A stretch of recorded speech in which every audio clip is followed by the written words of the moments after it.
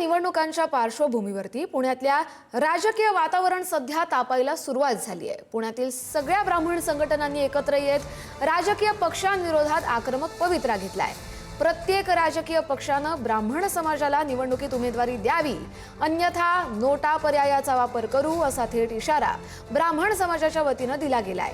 30 ठिकाणी ब्राह्मण समाजाचे उमेदवार देण्याच्या मागणीसह खुल्या प्रवर्गाच्या जागांवर आरक्षित उमेदवार न देण्याची आग्रही मागणी देखील ब्राह्मण समाजाच्या वतीनं करण्यात आली आहे।